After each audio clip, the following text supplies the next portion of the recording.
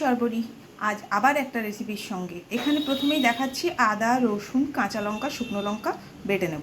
Boneless চিকেনটাকে টুকরো টুকরো কেটে নিয়েছি। এর মধ্যে এবার ম্যারিনেশনটা আমি শুরু করব।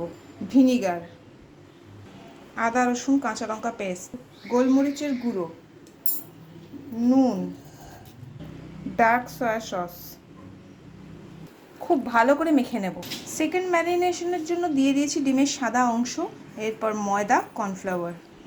ময়দা 2 table spoon, cornflour 3 table spoon. ময়দার থেকে কর্নফ্লাওয়ার বেশি। Half teaspoon baking powder. খুব ভালো করে মেখে নেব। খুব ভালো করে মেখে নিয়েছি।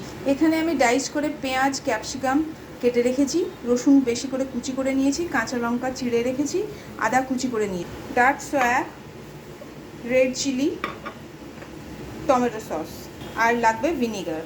সাদা তেল গরম হয়ে গেছে, পকোড়া ভেজে নেব। বেশ কিছুটা গরম সাদা তেল এর মধ্যে মিশিয়ে নেব।